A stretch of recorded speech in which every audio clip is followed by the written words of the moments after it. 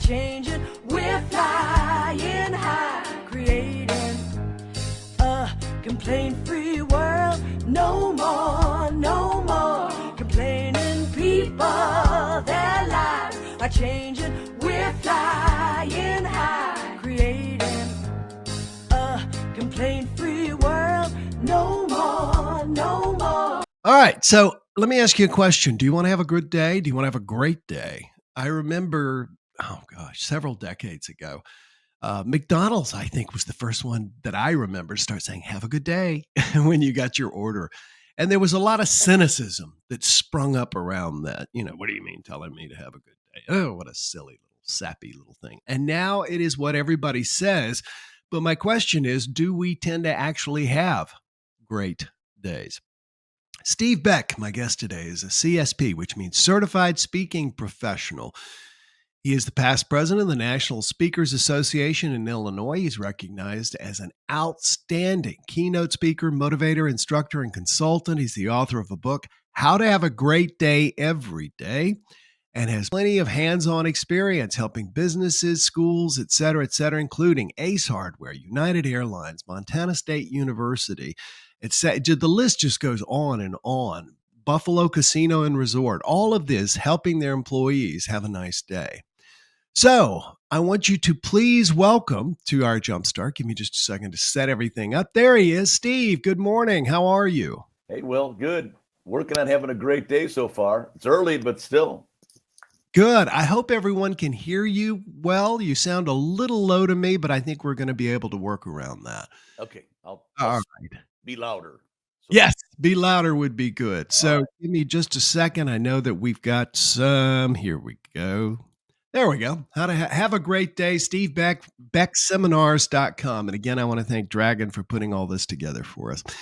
And that is his actual name. People wonder if I'm calling him that, but he's Serbian. So that's why I call him that. Steve, where you been? Where you been traveling? Well, I go to Montana a lot, Will. I lived there for about 7 years, was a trader on the floor of the exchange, moved to Montana with my wife and kids, opened up a pizza place there in a little town called Livingston, which is 23 miles east of Bozeman. So that big state is a small town. Everybody knows each other. So the word gets out. So I've been there, here and there. And also I was in North Carolina in December doing a sales training for Barton Tree Company. And I just, it's opening up these days, needless to say. It really is. Yeah. Yeah, very much so. I had something interesting happen yesterday, or this last speech that I did. I was hired to speak at the Embassy Suites in Kingston Plantation, Myrtle Beach. That was the third time I've been there. And as you well know, we don't get to decide where we're going. I mean, the client says, hey, we're here, please come.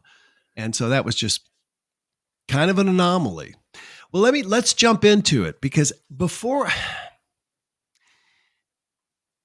we need specificity in our lives. And I think that we always say, have a good day, have a great day, but we don't even know what a great day is. What is a great day in your estimation? Well, that's a great question, actually. And people have different points of view about it. I think that if you lay your head down on your pillow at the end of the night and you've had a couple of good things or great things happen to you, you've had a great day. And if I had to ask you some questions, because people say, I don't know if I have a great day. Well, let me ask you, are you healthy? Is your refrigerator full of food? Do you have a car? Do you have insurance? Do you have a job? Do you make money? All of those things, if we're aware enough, awake enough to look around and go, wow, it's kind of like the opposite of complaining. It's appreciating. So when you lay your head down on the pillow at the end of the night and you appreciate some of the things that you did that day or was done to you that day, then you got to say, I did have a great day. So what happens, in your opinion? What we tend to do, I think, unfortunately, is to go through and rehash the lowlights of our day as opposed to the highlights of our day. Would you agree? And why do we tend to do that, do you think, Steve? It's something the mind always wants to be aware of. There's certain parts of our brain that wants to keep us safe. So it looks at all the bad stuff. And as you probably know, Will, we got about 90,000 thoughts a day, and many of them are negative. So you have to play offense is what I call it. So I wake up in the morning and I pray and then I meditate and then I affirm my day, say today's going to be a great day. And I fire Steve Beck up, getting ready to have this day. And I prepare for the worst and expect the best. That's what I call it. I expect to have a great day. And today, I'll tell you right now, I'm going to have a great day. Not because it's St. Patrick's Day, not only because it's St. Patrick's Day, but because I'm going to have a great day tomorrow and the next day and the next day. And on this Sunday, there's one of my best friends' wake I have to go to. And then I'm going to do his eulogy on Monday. Is my heart, does it hurt? Yes. And it's about holding the pain of your life here, okay?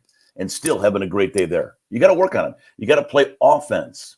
And your non-complaining is absolutely brilliant. Thank you. Yeah, and many people know that I didn't come up with this idea of going 21 days in a row without complaining. That was Edwin Gaines. I was the one who said, put a bracelet on your wrist, and every time you catch yourself complaining, move the bracelet to the other wrist. And then all of a sudden, people thought these things were magic, and we're now at 14 million bracelets around the world.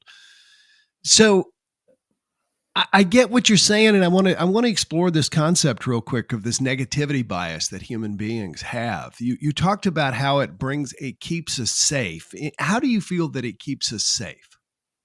Well, if I watch out for all these things that may happen to me, then I watch out for it.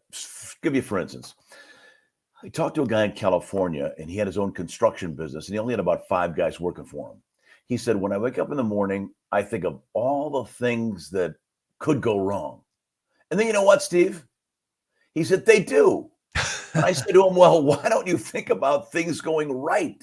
And he goes, and he looked at me like deer in headlights, like he had never thought of that. Like, wow, things go, yes, yeah. You work on getting up in the morning, think about all the things that could go right. And he said, oh, I don't know about that. See, he wants to protect himself against the things that go wrong. So Stephen Covey, wrote the book, The 7 Habits of Highly Effective People. One of them was start with the end in mind. Mm-hmm. So what you do is you start on Mondays and think about Friday afternoon and think, if I don't do much this week, if I don't have a great day every day, if I don't work on myself, then I'm going to have a bad Friday afternoon. I'm going to say, this is a terrible week. This didn't work. But if you work on it, then on Friday afternoon, you say, oh, that was a great week. So you have to take charge. It's like playing offense, Will. You got to play offense because the defense is going to get you. You don't want to have a bad day and then go, oh, I better not do that again tomorrow. No. You start off and you play offense. It's funny you're using a football analogy, and what just occurred to me is I was thinking of the great Earl Nightingale. And he did this thing that people, in one of his direct lines, he talked about how people are neither positive or negative, but poised to react.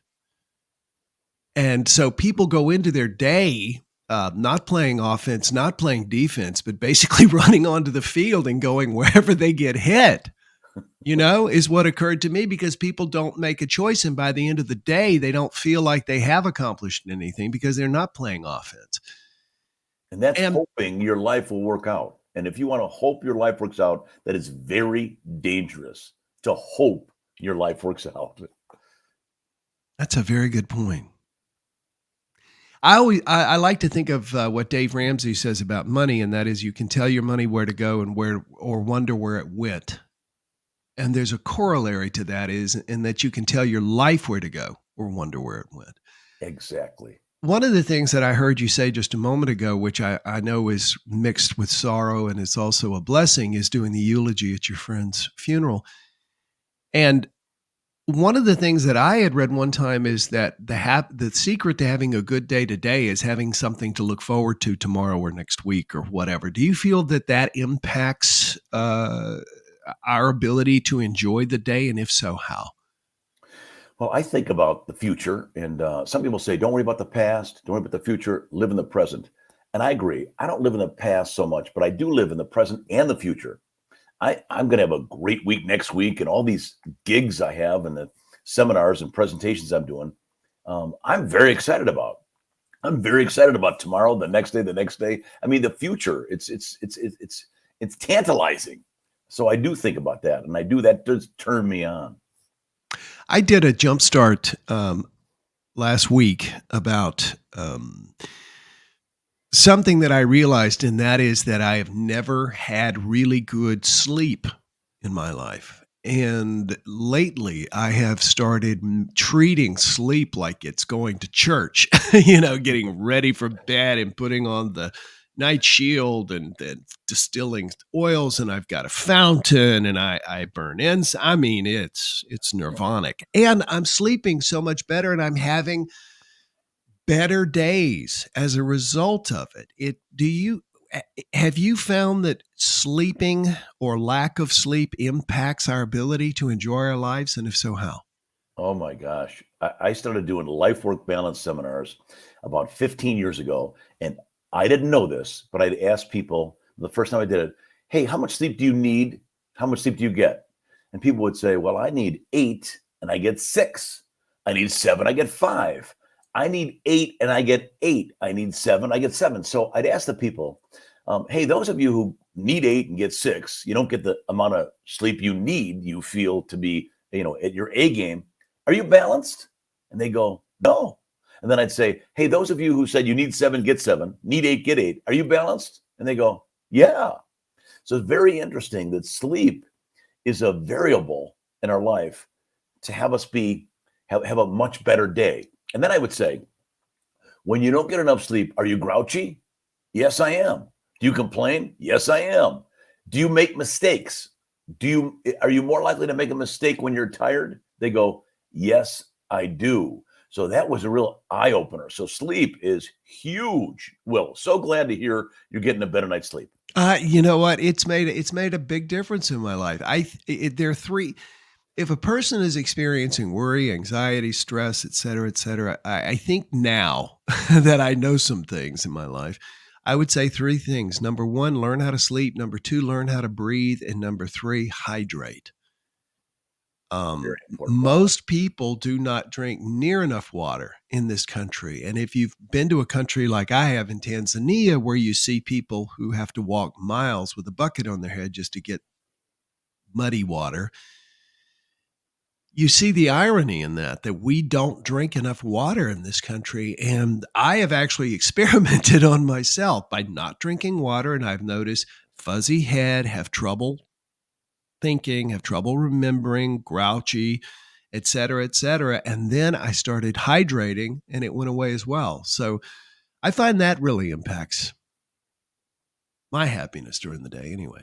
Yeah. I don't think You said realize that. is there like one thing?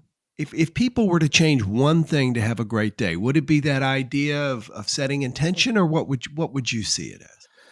Well, the first thing you have to do is realize that you can have a great day. Because if you don't think you can have a great day every day, then you can't, because your word is law in your universe.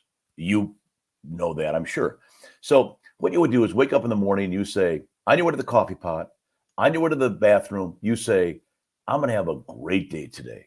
And you tell yourself that. You don't got to tell anybody else. Don't tell your family. Don't tell the people you work with. Don't tell people that work for you. Don't tell your friends. Don't tell anybody.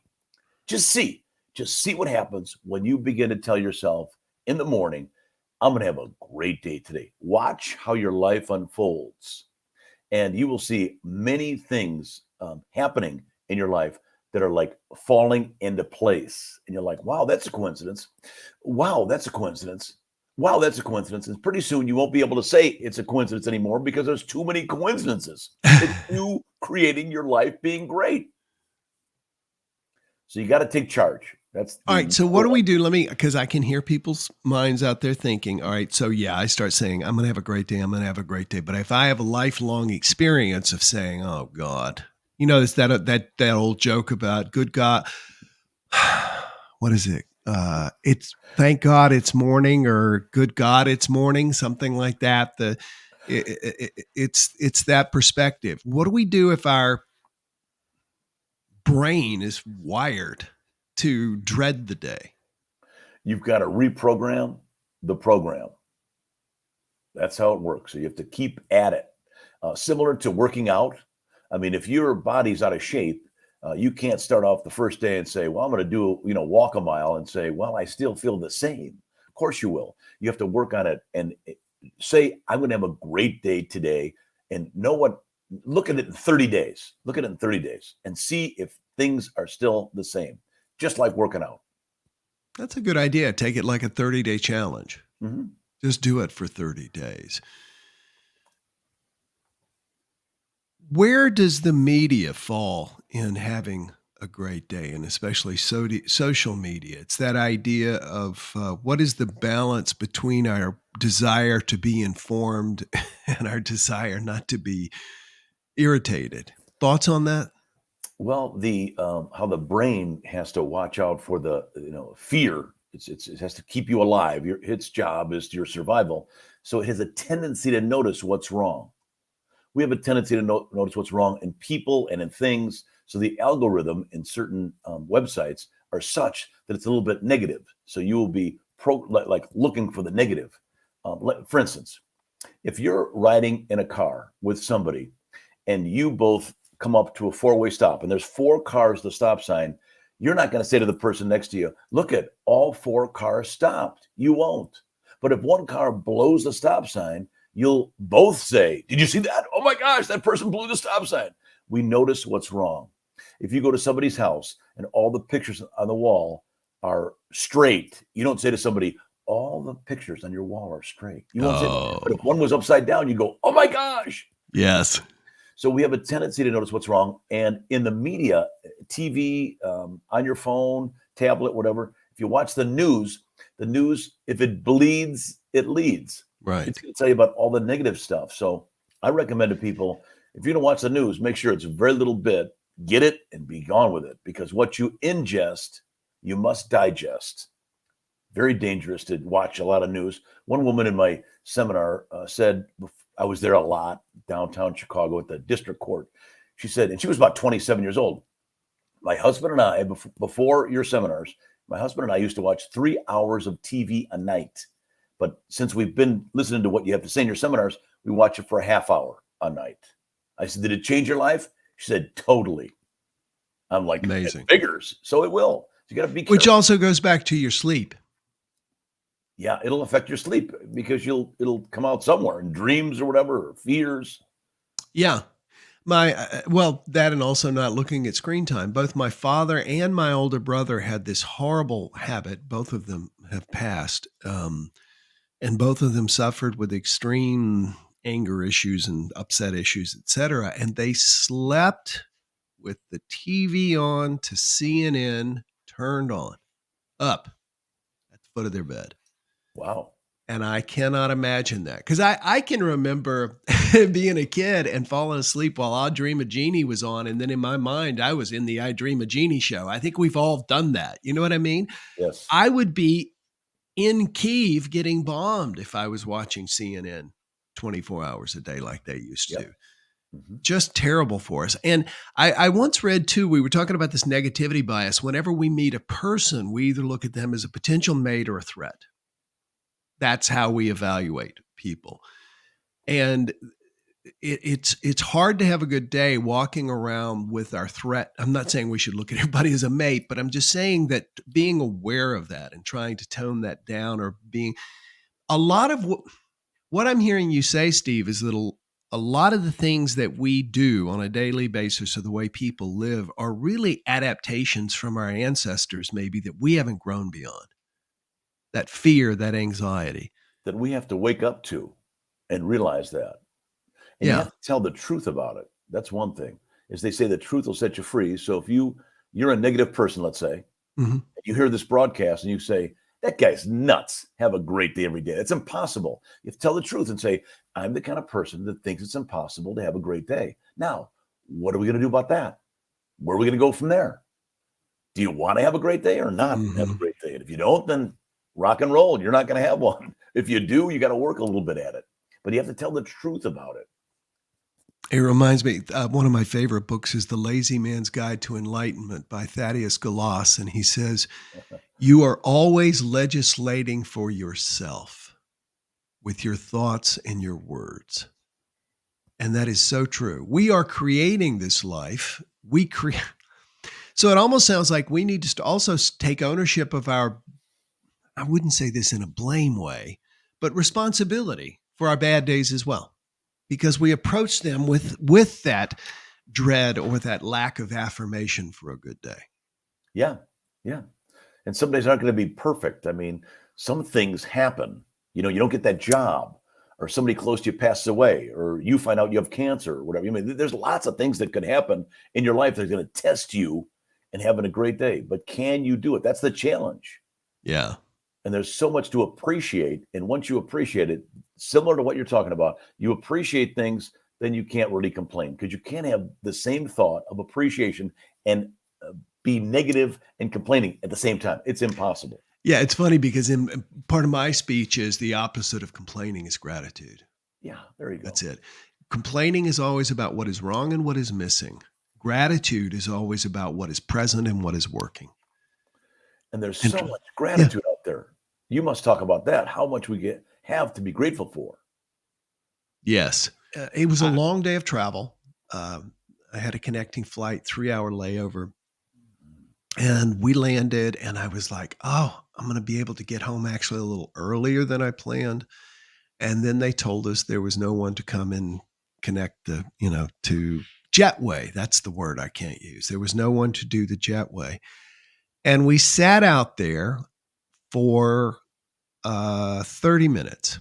And I know that because I immediately started going to, what do I know to keep myself okay about this? And I said, I'm going to time how long it takes. Believe it or not, I find that makes it easier, because we always say, I sat there for 3 hours, and it was 30 minutes.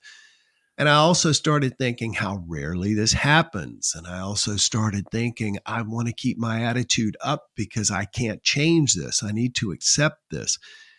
And it was so great to be able to control that, to come home and not feel even more tired and more stressed as a result of it. And what I'm getting from you is that we have that choice every day, and we either make it or we don't. And if we don't, then we're going to go wherever our minds and circumstances take us. But if we make that decision, we're going to have a great day, then it's something that's possible for us pretty much every day. Yes? Yes, you are accessing the power that exists inside of you to have that great day.